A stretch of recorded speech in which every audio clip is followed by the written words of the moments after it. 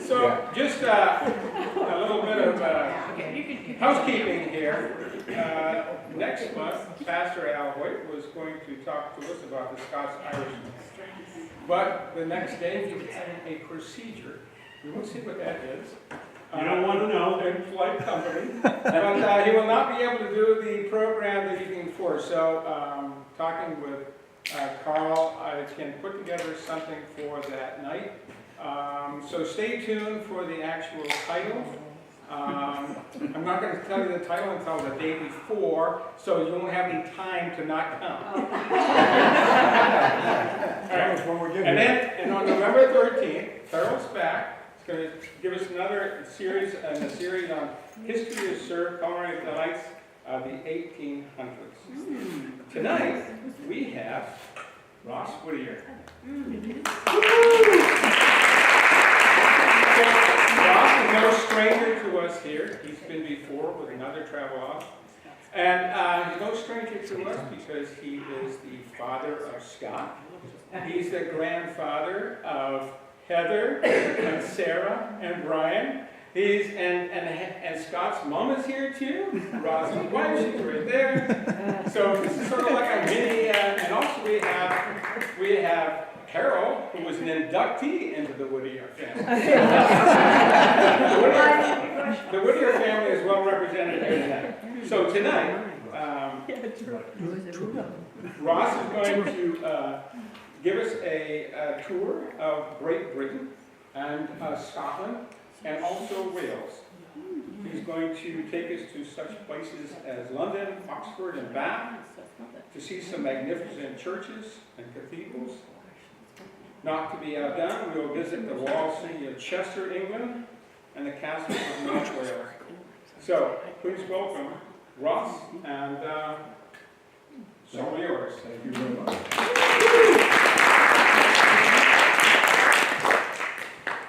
Thank you for being here this evening. We're going to, it's Great Britain except for Northern Ireland. And tonight we're going to travel through England and into North Wales and then up into Scotland. We'll go to school in Oxford and we'll see a few iconic areas surrounding it. And a visit to North Wales, trying not to have to pronounce their place names. And we're also going to Edinburgh. And I think actually only Scotsmen can pronounce that properly. Now, Oxford is in this area in here, and then we're going to go up to this area, Chester, and that's North Wales. And then we took a train up to Edinburgh, up here. So that's basically where we're headed tonight. Now, the original reason for this trip was for my wife, Donna, and I to attend the North American Summer Session at Mansfield College at Oxford University. The program was run by Andover Newton Theological School, now the Andover Newton Seminary affiliated with Yale University. It was primarily an education program for the clergy of all denominations, but they always invited a few lay people to go with them. The program director was Dan Novotny, our minister at the time in Bridgewater, Mass., and his wife Jean was the co-director.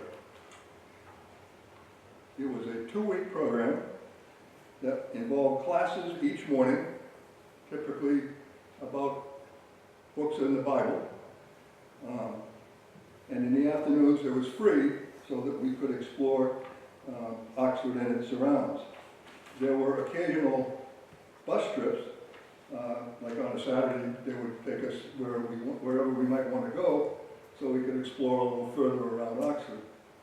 The classes were taught by tutors from Regent, Art College, and St. Stephen's House, which are 2 of the colleges at Oxford. After the program, we met our 2 children, Scott and Lee, in London and spent 2 weeks exploring parts of England, Wales, and Scotland. Now, in the spirit of full disclosure, I have picked a few images from the internet when mine were not of sufficient quality. You'll no doubt notice.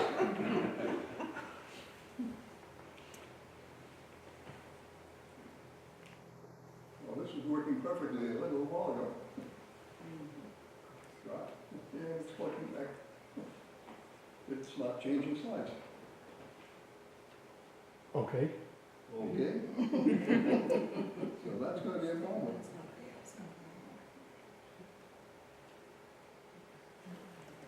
That's really curious. Give me a second. I'm pulling the USB thing out. I'll reset it. You sure focus is on the screen, on that Try it. particular app? Try it again.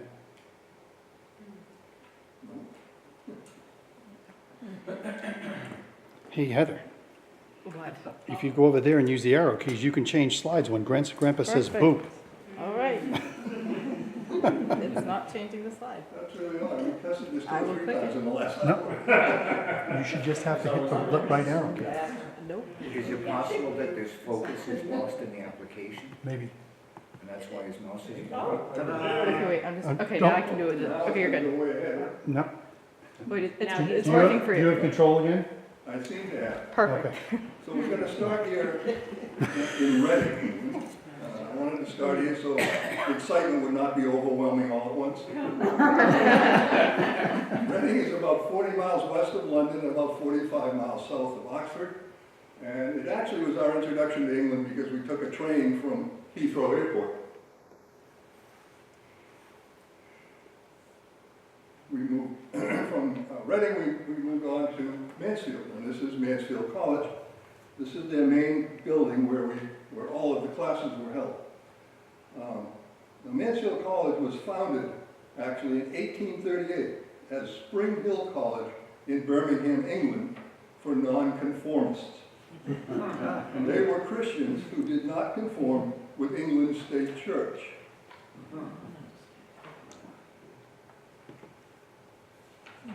The chapel at Mansfield, and this is where we held, they held evening vesper services here once a week. In the rather fancy dormitories where we stayed for the 2 weeks we were there. And this is the principal's garden, which I think is a great example of the benefits of having a gardener.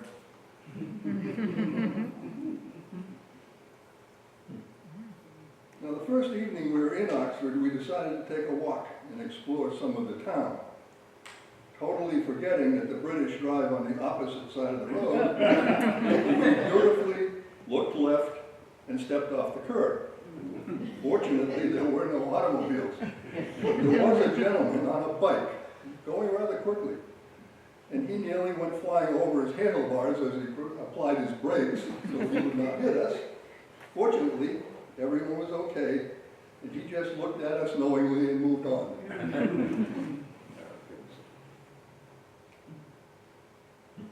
Now, the iconic double-decker red buses. But did you know that these double-decker buses did not originate in England? They actually originated in Paris, France, in 1853.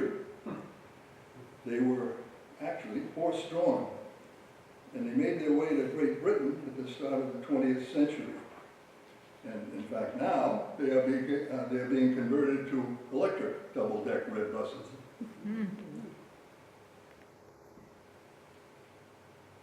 You had a look at Mansfield College. This is one of the more beautiful colleges that was in Oxford.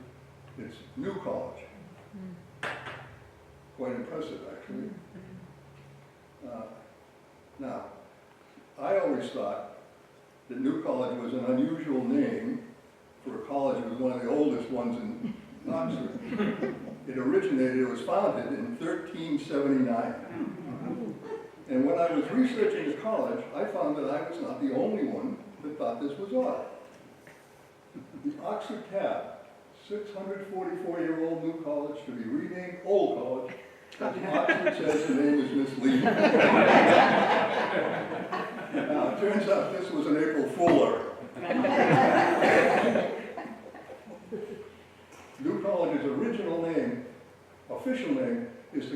St. Mary, and that's the same as that of the old Oriel College. Hence, it has been referred to as New College of St. Mary, or more commonly just New College. Another of the really beautiful colleges at Oxford, this is Magdalen College.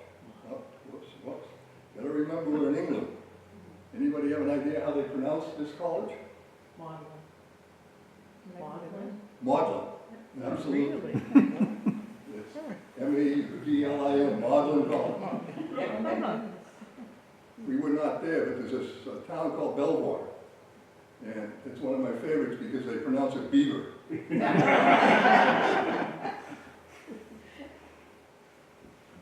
The irony of Magdalen College, I think, is that right down the street there's a church called Magdalen. Now this is the reredos at the chapel in Magdalen.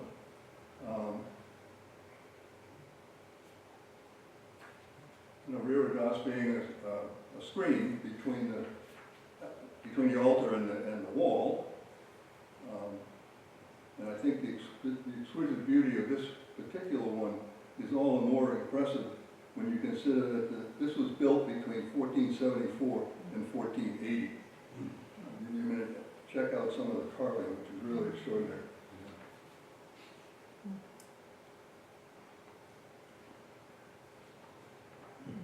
Hertford Bridge.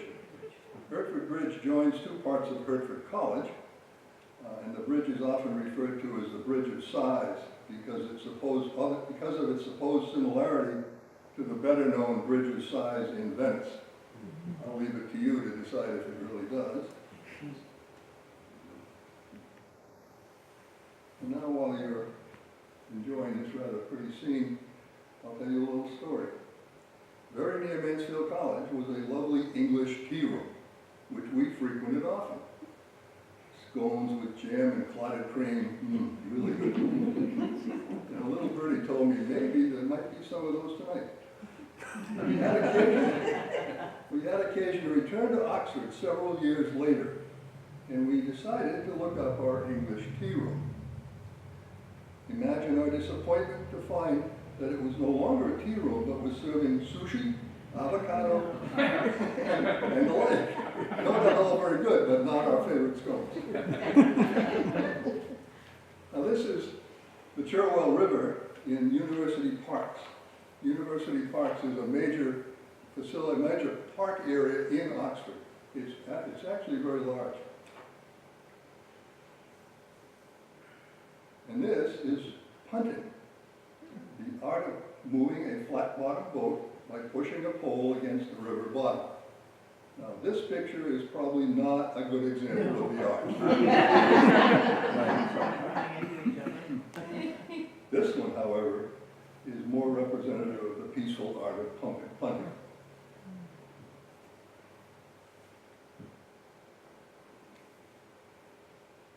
I said University Parks was very large. It had a large population of deer, and as you can see, they had very little concern with humans.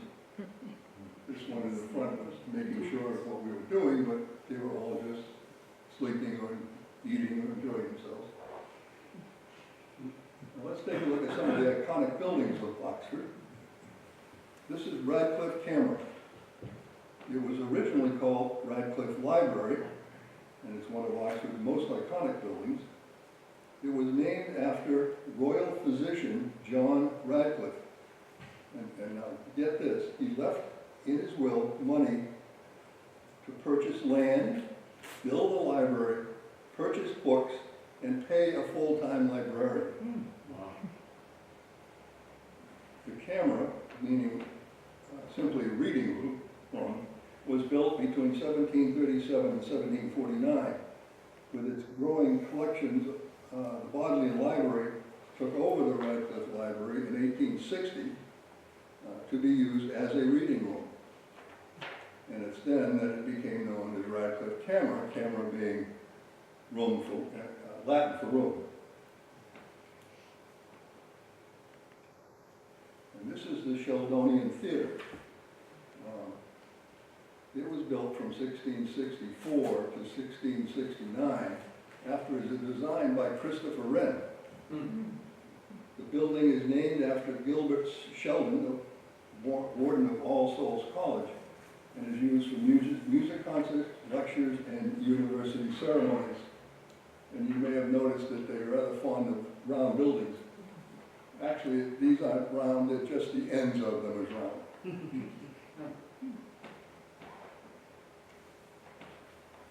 Perhaps a little bit more modern in its architecture. This is the Clarendon building, and was built from 1711 to 1715. Until the early 18th century, the printing presses of the Oxford University Press were in the basement of the Sheldonian Theatre. So guess what? They couldn't operate when there were functions there. The Clarendon building was built for the Oxford University Press, but is now office space for the Bodleian Library. Take a look over the city of Oxford, a couple of slides. You can see it's fairly large. And you can see in this picture, that's the Radcliffe camera. And I also want you to notice on the horizon here, there's fields and trees, and I'll get to why I want you to look at that in a moment. Also, a little picture showing it. They do have modern buildings in Oxford. Not anywhere near as interesting as the buildings we've been looking at. Now you can see here, whoops, I'm sorry. You can see, you can see here even more fields and trees along the back.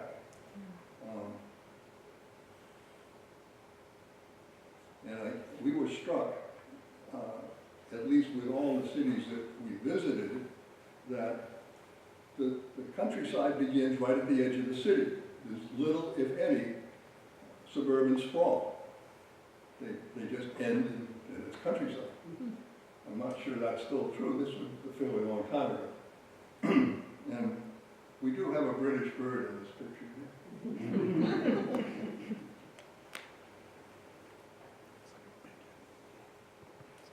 I have no idea what this is, where this is. I just liked it. And I thought it was time to break up the stodgy old building pictures. And I do want you to understand that there were flowers everywhere we went in England, and I'll show you some more of that. Cambridge. Cambridge, the University of Cambridge, often considered a rival of Oxford. Cambridge was founded in 1209. Compare this with the University of Oxford, where there is evidence of teaching as early as 1096. And it grew rapidly from 1167, when the king forbade attendance at college in Paris. One of the most famous colleges at Cambridge is King's College. This was founded in 1441. And one of the major attractions of this college is its magnificent chapel.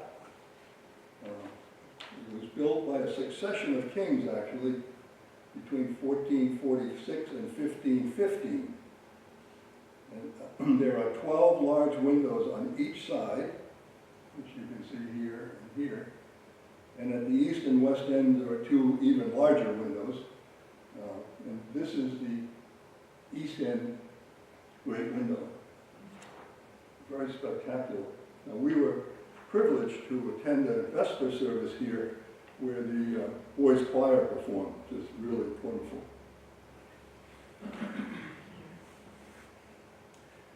This window in the east, by the way, all these windows, except for the west window, were built by Flemish artists from 1515 to 1531. The Thames River flows near Oxford, and this is a lock on the Thames. And I want you to look at the fact that there are flowers here. And you might be tempted as you look at the name down here to say Italy. But you need to remember an old adage. That adage being the United States and Great Britain, two countries separated by a common language. That is actually Ifoli.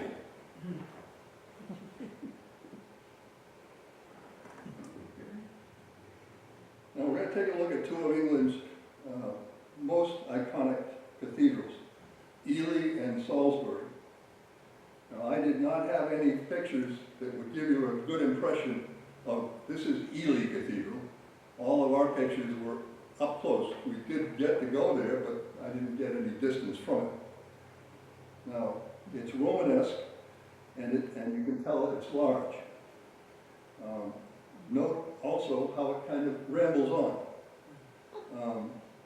Now we'll compare this with a very different, but equally beautiful Salisbury Cathedral. And you can see it here is much more compact. It's Gothic. And it was built between 1220 and 1258, and it's described as, quote, unity and coherence of design that is unusual in medieval cathedrals, English cathedrals, close quote. It also holds one of 4 surviving originals of the Magna Carta.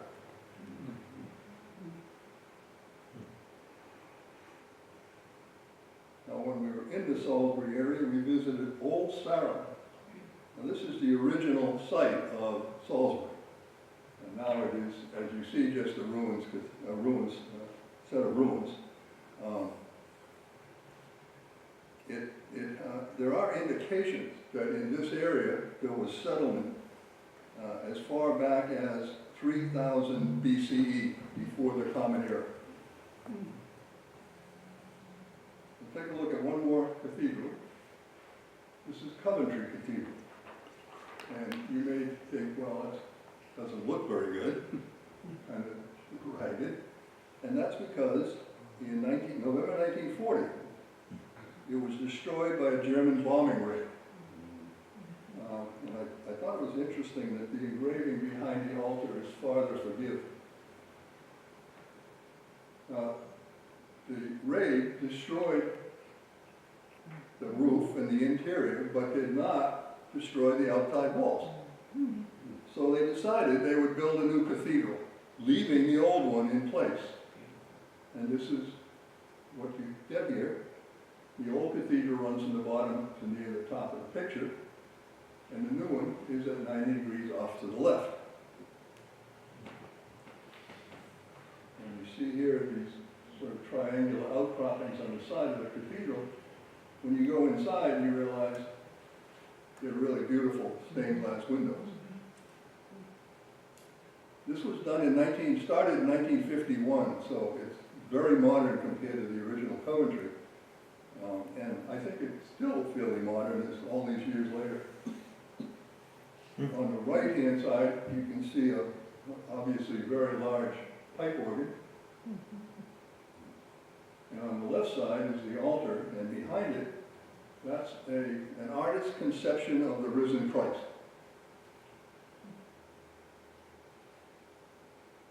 Now, I took this picture because I couldn't figure out why there was a rock in the floor. It's on a little pedestal above the floor of the new cathedral. And there was nothing around it that I could find that said what it was, why it was there, or what it represented. And in fact, I found an almost identical picture to the one I took on the internet. It too said nothing about why it was there. So, if you'd like to do some research, have at it. I couldn't find anything. And we can see a very modernistic stained glass window. All really in shades of black and white and gray. One of the bus trips we took was to Bath, England, to see the Roman bath. The building in the back is the Bath Abbey, and in the foreground is the Roman baths. I'm sure these tilt windows were not part of the original. And this is the inside. Now, it's a huge complex. They built a temple in 60 to 70 Common Era. And then bathing complexes were built up over the next 300 years. So obviously, baths were important to the Romans.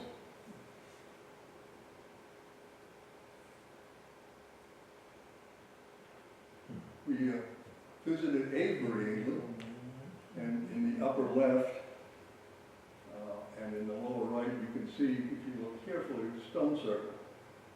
And it's the same circle, just different look at it. Stone circles were very, very common in Great Britain. In England, there's 316 of them. In Wales, there's 81, and in Scotland, there's 508 stone circles. But this is the king of them all. You no doubt recognize Stonehenge. Now, you'll notice we're quite away from it, and if you look carefully, you can see a fence here in the foreground. They were having all sorts of trouble with vandalism, and tourists were actually chipping off pieces of the stones. So we had to fence it off.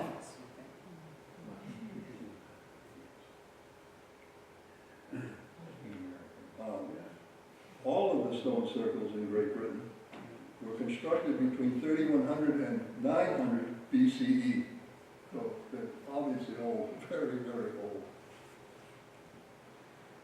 Now you may recognize the name of this place because of Winston Churchill. This is Blenheim Palace. It was built between 1705 and 1722 and is in fact the birthplace of Winston Churchill and is the home to the Churchill family for over 300 years, and it remains so. Here we have the front of the building, and you can see that there's very formal gardens here. It's a really beautiful entrance to the palace. This is St. Mary's Church in Fairford, England. Now, that's a rather simple, plain church. You may wonder why we're here. And this is the reason. St. Mary's claim to fame is they have a complete set of 28 medieval stained glass windows, one of the best preserved in all of England. The glass in these windows was made between 1500 and 1517. Now they were all removed and stored in a basement during World War II. And they were thus preserved, and they've been restored to the church, to their original locations. It's a rather plain Tudor architecture home. What makes it worth looking at, I guess, is the fact that it's Shakespeare's birthplace in Stratford-upon-Avon.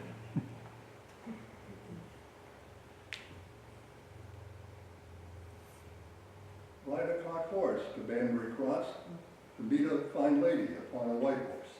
You may remember the nursery rhyme. That's Banbury Cross.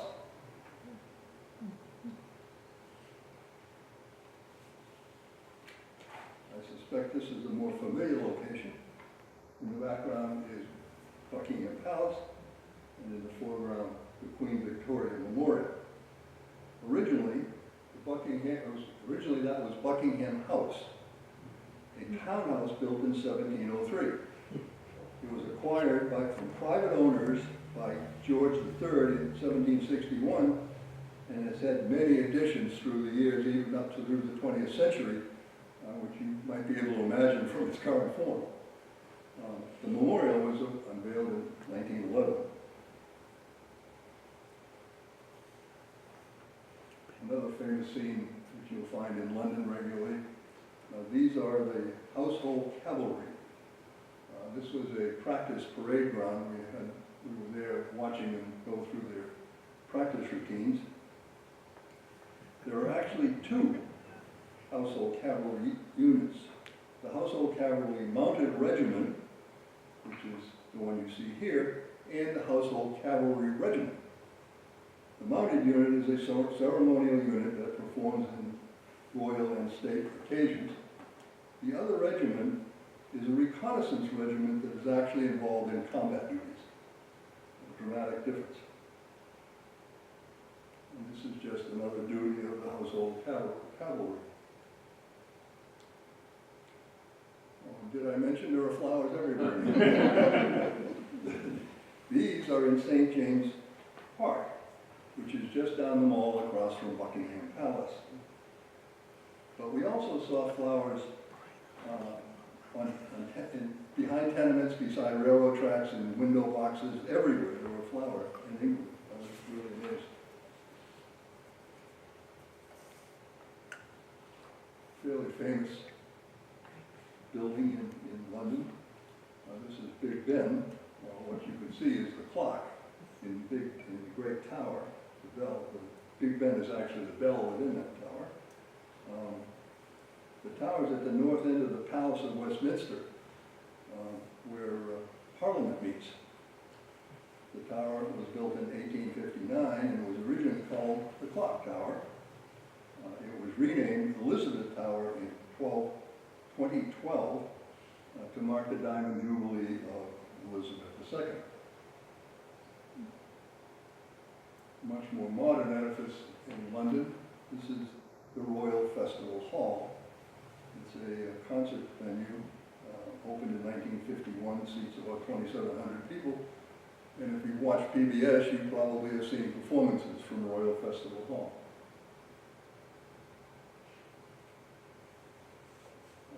Not one of the better pictures, but this is Westminster Abbey. Interestingly, it has a very long and complex history. It dates from 959, when it was a monastery. And it's been built and rebuilt numerous times. It achieved its current appearance with two towers in the 1740s.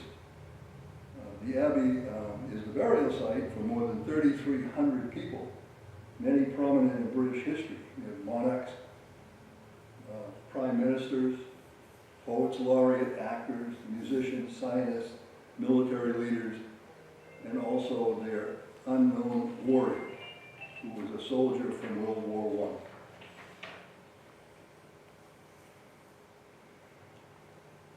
This is an even worse picture of St. Paul's Cathedral. You can see the dome and the two towers at the other end of the structure. St. Paul's Cathedral is an Anglican cathedral. It's on Ludgate Hill, which is the highest point in the city of London, where the original church was founded in AD 604.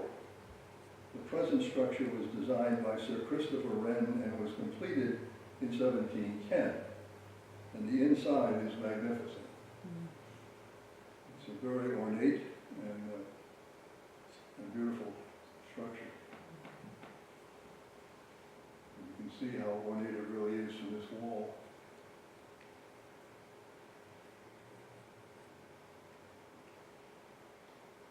The Tower of London. Oh, wait a minute. It's a lot more than one tower. Well, it was originally built with one tower, and the complex expanded over the years, and more towers were added, but the original name stuck. The Tower of London is officially known as His Majesty's Royal Palace and Fortress, and it is the home of the crown jewels. Now, these you may recognize. These are the beef eaters. Now, we didn't actually see the beef eaters, and I pulled this off the internet because I was kind of fascinated. I was fascinated primarily by their official title. Get this: the Yeoman Warders of Her Majesty's Royal Palace and Fortress, the Tower of London, and members of the Sovereign's Bodyguard Extraordinary. Yeoman Extraordinary. Now, that's why I think we just call them beef eaters. Now, how did they get the name beef eater? Well, among several theories I found, this one seemed to be the most common. Quote, the yeomen of the guard at St. James Palace are the original beef eaters, having earned their somewhat jocular nickname since at least the 16th century due to their mighty stature and fifth and hearty daily duty ration included a large portion of beef. Close quote. And it turns out beef was considered a substantial perk.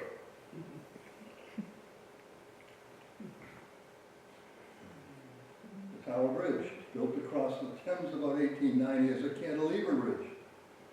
It was modified in 1960 to the iconic form we now know. Now we're going to head up to Chester, England. And Chester is a walled city. It was built by the Romans, and it's been walled ever since it was originally built. It's in northwest England on the River Dee, on the border with Wales, North Wales. Now, this is East Street, which goes through the East Gate, and on top of it is, ready for this, the East Gate clock. This, the Bear and Billet, it's a Tudor architecture building. In fact, one of the better ones in Chester, but the whole center of Chester is largely buildings of Tudor architecture, which turns out to be one of the main reasons why it's a major tourist city. Now, I said it was a walled city. This is a tower on that wall. It started out as a wooden wall, and then as the city grew, the wall grew with it. And it's grown now to be a stone and mortar wall that's 1.8 miles long.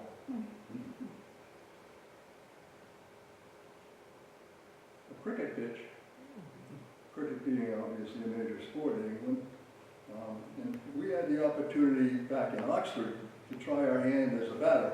And I can assure you it's a lot harder than it may appear. The Romans always had an amphitheater in their towns and cities, and this is the Chester Amphitheater. We're going to look at a couple of castles, and I'll describe them. I'll tell you what they're about in a moment. But this is Cornwall Castle. It's very old, dates from the 13th century. And you can see it's very well preserved. You can see here one of the arches is standing and one of them is gone.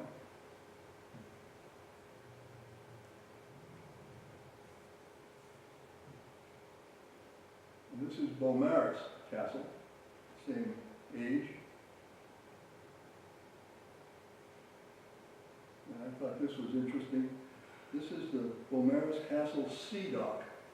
And you can see the opening in the wall here. This is where they could unload ships safely.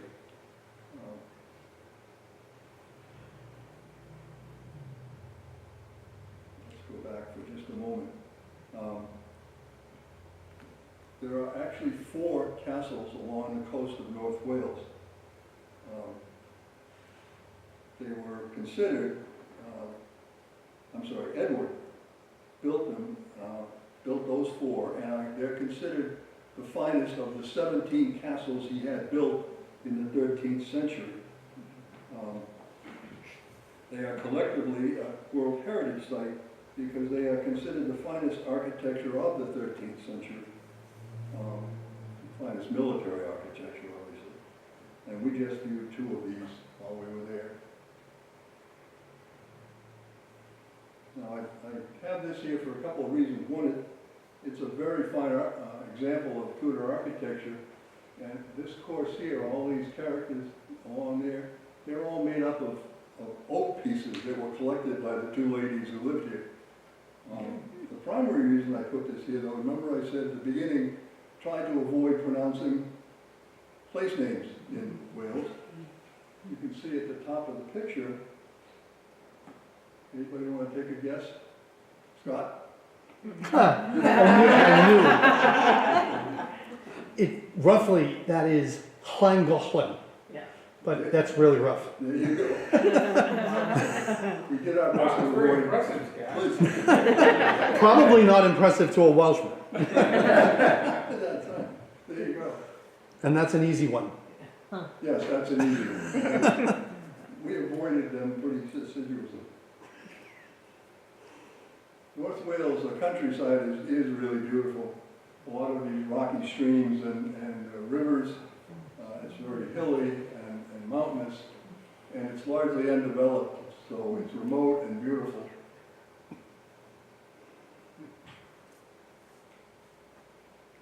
Off to Edinburgh, and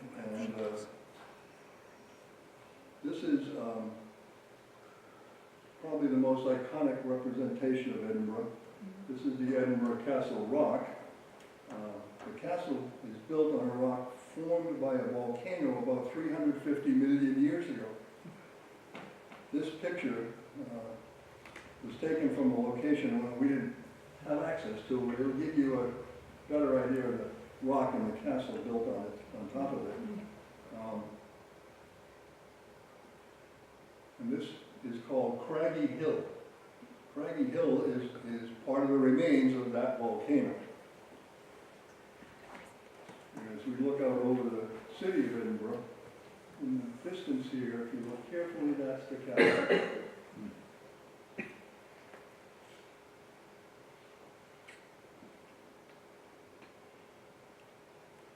Up in the upper left, we have the Scottish coat of arms, and at the bottom, a guard at the Scottish National War Memorial. And this is the War Memorial.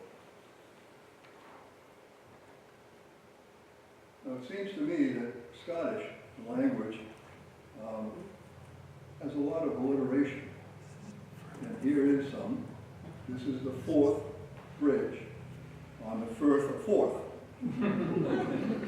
A firth is an estuary. And this is a railroad bridge. You can see there's a train on it.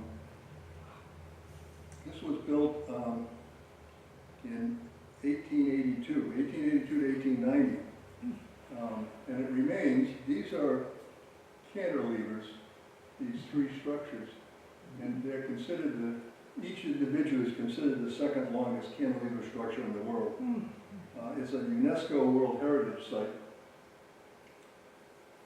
Now, beside that is the Forth Road Bridge. It's a suspension bridge which replaced ferry service in 1964. But can you imagine, if you wanted to take a car across the Firth, you had to take a ferry until 1964.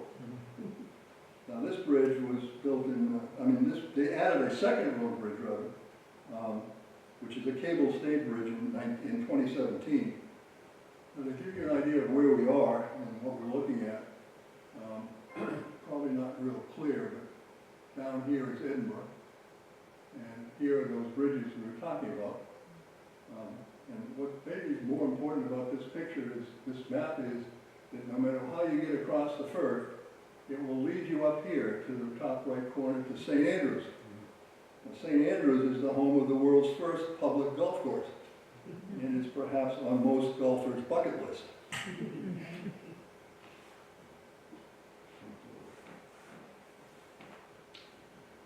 The Highlands. The Highlands cover most of Scotland, west and north of Edinburgh. And we were only able to see what might be called the foothills, but still, they're really beautiful. They're, again, mostly remote and unspoiled. We also got to look at Loch Lomond. Now, when we arrived in Edinburgh by train, we left the station and got a taxi to take us to our bed and breakfast. The driver asked us where we were from, and we, of course, said, United States, Massachusetts. And he said, where are you coming from today?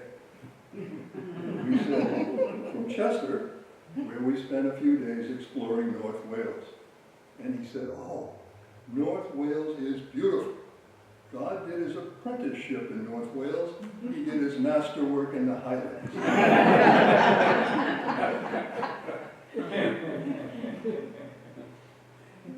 And no, we did not see necessary. All right, if you'd like to answer any questions you might have, I'll try my best to answer them. And then we can go get ourselves some refreshments. So when was this was the timing that you did this trip? Most of these pictures are from? Yeah, this is all, except for Nessie, this is all from 1982. The Indo-Indian Theological School ran this North American summer session annually. And I don't know how long it lasted after we were there, but not too long, because Endo and Newton ended up changing and going off to Yale. Did you walk the mile in Edinburgh? Did we walk a mile? Did you walk the mile at Edinburgh? No, I don't think we did. We didn't actually spend a whole lot of time in Edinburgh. But we spent less time there probably than in any of the other parts of Great Britain that we visited. Did you have a favorite cathedral that you visited? Like, is there one that stood out to you of the cathedrals? I think probably Coventry because of the World War II history Yeah. and the way they left it there and respected that. Built a new one beside it, but they're all magnificent in their own way. And the interiors are, I mean, these are very old buildings, and the craftsmanship is unbelievable inside. And in some ways, I suppose it's still kind of unbelievable that a building built in the 1200s is still there and looking great. That it? All right. Thank you very much.